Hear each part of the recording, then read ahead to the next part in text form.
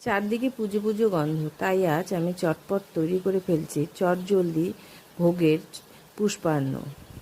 আমি এখানে চালটাকে ভিজিয়ে রাখবো না বা চালটাকে শুকিয়েও নেব না। চালটা ধুয়ে শুধু জল ঝরিয়ে একটা গামলায় উঠিয়ে নেব। তারপর একে একে সব কিছু দিয়ে চালটাকে ভালো করে মেখে নেব। আমি মাখবার সময় এখানে নুন, চিনি, হলুদ, তেজপাতা, কিশমিশ, ছোট করে কেটে রাখা নারকেল, খোয়া ক্ষীর সব কিছু দিয়ে ভালো করে মেখে নেব। অল্প আদা বাটাও আমি এখানে দিয়ে দেব। এবার কড়াইতে অল্প পরিমাণ ঘি দিয়ে তাতে অল্প সাদা জিরে দিয়ে আমি মাখা চালটি ঢেলে দেব। কড়াইতে ঘি কমই দিব, কারণ আমি মাখবার সময়ও ওখানে অল্প ঘি ব্যবহার করেছিলাম। পুষ্পান্ন তৈরির সব থেকে কঠিন কাজটি হলো জলের মাপ।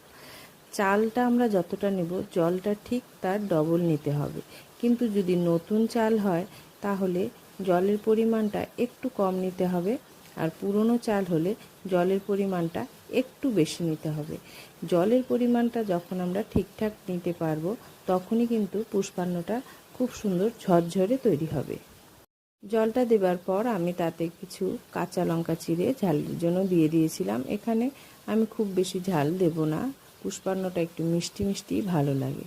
দেখুন জলের পরিমাণটা ঠিক হওয়ায় পুষ্পান্নটা কি সুন্দর ঝরঝরে হয়ে গেছে এবং রঙটাও কি সুন্দর এসেছে। এভাবে কম সময়েই আমরা পুষ্পান্ন তৈরি করে ভোগে কিন্তু দিতে পারি। ভিডিওটি ভালো লাগলে লাইক ও সাবস্ক্রাইব করুন।